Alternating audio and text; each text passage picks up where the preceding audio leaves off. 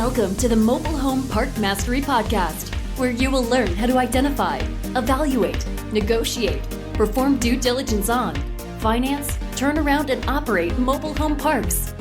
And now, here is your host, the fifth largest mobile home park owner in the United States, Frank Rolfe.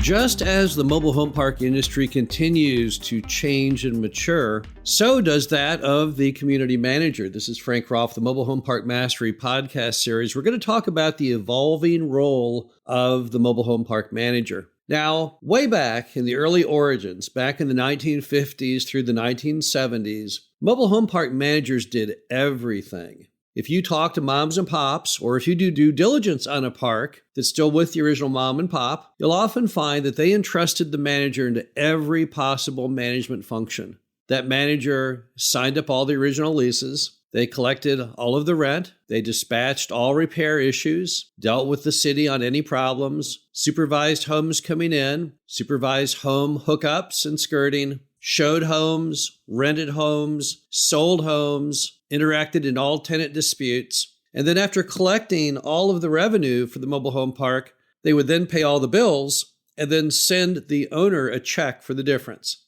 And that was the classic system. And I've done diligence on many, many parks, side by side with the owner, going over things and how they work, and independently of the owner who might live out of state. And that was just the way parks always were done.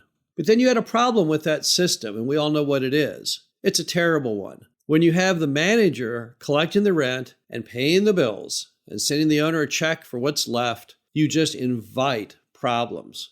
Embezzlement is obviously rampant in that system, but so is just bad management practices. Who's overseeing who they dispatch for the contractor? Who's watching the utility bills who actually cares what they show? Who's even minding the store on profitability? The manager doesn't get any of it. At least they're not supposed to. So what you had a system where all the cards were stacked against maximizing net income. However, for some reason, moms and pops were just fine with that. They just didn't mind the fact that they were entrusting their destiny to a third party. But then what happened was you had professionalism come to the mobile home park industry. And I would peg that probably starting back in about the 90s. Not that period because that's when Dave and I got into it, but also Sam Zell got into it and many others. And people started looking at these old mobile home parks. They started bringing them back to life, and they started to question everything mom and pop had been doing. And they thought, you know what? This is a terrible management structure. We've got to change this. So then the new role came, basically, that the manager would do many of the same functions. They would collect the rent. They'd even deposit the rent. They'd show and they'd sell homes, they'd rent lots, they'd solve any residential issues and all of that kind of thing. But they no longer were allowed to pay bills and no longer allowed to subtract the bills from the revenue and to cut the owner a check because they no longer had power over the checkbook. So professional owners, they moved the money out of the mobile home park and the mobile home park's bank account and into somewhere where it was more secured. They brought in software to go ahead and make sure that what was going on was correct and that there was a good paper trail to it. So that era, which began in the 90s and really took shape in the 2000s, that was a huge change in the evolution of the mobile home park manager, and it was all for the good. I don't know anyone who looks at that system and says, gosh, I really miss the good old days, any more than I know anyone who honestly would say, yeah, I'd rather live back in the roaring 20s. Despite the fact that they had almost no medical care.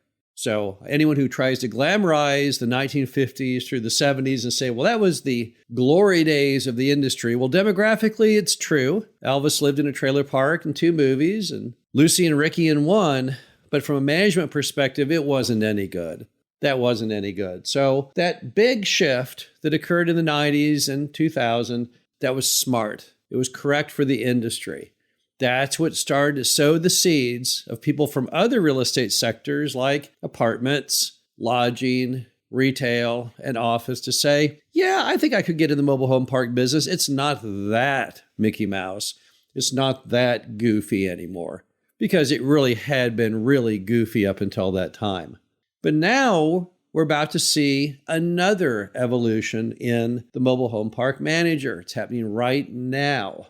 And this is a technology revolution shift. Now, after that second shift, the biggest job the manager had remained collecting in rent. That's how they spent most of their time. That's what most owners' focus was. That's what they normally were pounding on the manager. How are we doing on collections? Because the rent still came in through checks and money orders, and even sometimes cash, although you shouldn't allow it unless your state mandates it. And it was all entrusted to the manager, and so the owner was still very reliant on the manager collecting that money and getting that deposited. However, now the industry has a new, huge shift, and that is online rent payment. Now, to give you an example, only about 3 or so years ago, our portfolio had roughly 0% online payments. Today, we are probably around 90 to 92% of all of our payments coming in online. Now, how is that possible, you might say? How did you go that fast, that far? Well, it was a big priority for us. We had the managers really go out and educate customers and try and have them change to the benefits of online payment. And if you could get that level of buy-in in our communities, there's no reason any community listening to this couldn't probably achieve about the same result. But now what happens if the industry has as the new norm online rent payment? Well, it has a huge impact on managers. Because now if you take collections out, now the manager still would have a little bit of collections work on communities that don't get the money in on time. So then they might have to go knock on a door, put out a notice. Although in many communities today, even despite COVID, collections are nearly perfect. But when you take what had been the biggest piece of their job out of the job description, where they're no longer the repository of checks and money orders and making those deposits and all of that, things change dramatically. Now think of all the time that your manager will have on their hands to go out and do other things. So what will the new role be once the industry changes to mostly online rent collection? Well, again, good things. Now the manager can spend more time interacting with customers, solving disputes with customers, selling and renting homes, rules enforcement, creating paper trails with residents on any resident issues, basically better management practices.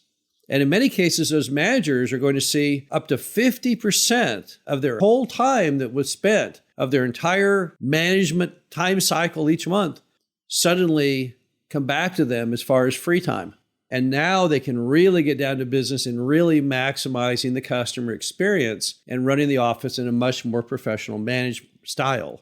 Now, who will benefit from this? Is it just the owners? Well, sure, the owners will definitely benefit by online rent collections. No doubt about it. Having no longer any exposure to the actions of the manager on collecting rent is a huge bonus. However, other folks who will benefit this are the manager, obviously. I don't think any manager ever enjoyed the physical act of collecting money. But the other are the residents. Because now that the manager is going to spend the bulk of their time making sure customers are happy, they will probably end up far, far happier. How will it change as far as the job itself? Well, the manager of the future will be much more about people skills, not so much about accounting skills. That's a good thing, because we need to orient managers to what our customers want. And what our customers typically want is somebody there in that office, if you have an office that's staffed, who is there to help them to get what they want addressed. So many times, if you get complaints on a manager, the complaints don't come back to their job and how well they're doing it. It comes back to how they treat customers. You get complaints that people just aren't friendly enough. Now you'll be able to hire people who fit that role. People who really are people. Now, maybe even the titles will change, because as the managers can devote more time to making sure the customer is happy, maybe the name manager isn't even appropriate anymore. Maybe instead it's goodwill ambassadors, customer satisfaction experts. I leave it up to the industry of what the title should be. Maybe in this final evolution, we need to rename it. But the bottom line to it all, regardless of the name, it's still going to be a positive for absolutely everyone. And I'm not really sure after we go through this next evolution of online payment, if it can really ever get any better. I think instead, with the narrow focus of duties and the fact that we are then all aligned, residents, manager, and owners, for customer satisfaction the industry can really go up a notch and create a greater value, which means we'll have greater retention, greater satisfaction. Everything will finally get more in line with what we had all dreamed of, and that was a more professional industry. This is Frank Rolfe, the Mobile Home Park Mastery Podcast. Hope you enjoyed this. Talk to you again soon. Thank you for listening to the Mobile Home Park Mastery Podcast. Be sure to visit us at mhpmastery.com to subscribe to the show, read our show transcriptions, and access all of our great information on mobile home park investing.